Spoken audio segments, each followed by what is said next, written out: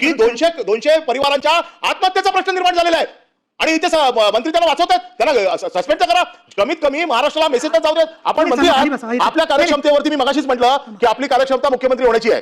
सभागृहाला एकदा दाखवून तर द्या आपली कार्यक्षमता. आपण जर असे जर त्याच्यामध्ये बोटचे धोरण जर घ्यायला लागला तर चालणार नाही. कारण जे सापडलेले मंत्री आहेत, जे सापडलेले अधिकारी आहेत, त्यांना महाराष्ट्राला कळू तर दे की बाबा सुरुंग लागलाय, कधी आपली खुर्ची काढून घेऊन जाऊ शकते. म्हणून माझी आपल्याला विनंती आहे की आपण आज या सभागृहामध्ये जे अधिकारी सापडले चौकशीत, पुन्हा चौकशी कोणी केलेली आहे, कोणी छोट्या माणसाने उत्तर देऊ द्या ना तुम्ही. नाही, पण माझं तेच म्हणणं उत्तराकडे पोहोचतच नाहीये. त्या चुकीच्या दिशेने चालले होते, त्यांना व्यवस्थित लक्ष दाखवते की कुठल्या दिशेने जायला पाहिजे. का तुमचा झालाय ना सस्पेंड करायचा विषय, सस्पेंड करायचा विषय ना, माझं सस्पेंड करायचा विषय. त्यांनी सस्पेंड करावं. तुम्ही ते बोलत असताना परत नाही उभं राहायचं डायरेक्ट, असं माझी परवानगी असल्याशिवाय असं नाही.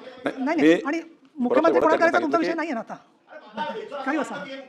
नाही तुम्ही वाईट काही नाही आहे, पण तुम्ही काय करताय तुम्हाला चांगलं माहिती आहे. खाली बसा. पण तुमची आवड इथे दर एका दिवसात सकाळ दुपार संध्याकाळ व्यक्त करत. नाही, मुद्दा असा आहे, आता जनतेला जमिनीबद्दल न्याय द्यायचा विषय चाललाय. तुम्ही उगाच राजकारणात उरफाटा करून त्यांची वाट लावू नका. खाली बसा.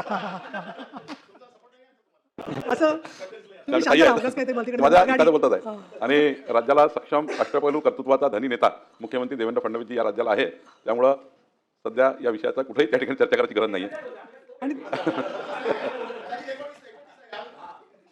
कुठे लाईन बोलत आहे. खरं तर माननीय मी अनिल परब साहेबांना थोडा वेळ मागतो, जास्त नाही मला याच्यामध्ये. तुम्ही खाली बसून बोलायचं नाही, त्याचं पूर्ण उद्या प्लीज. परब साहेब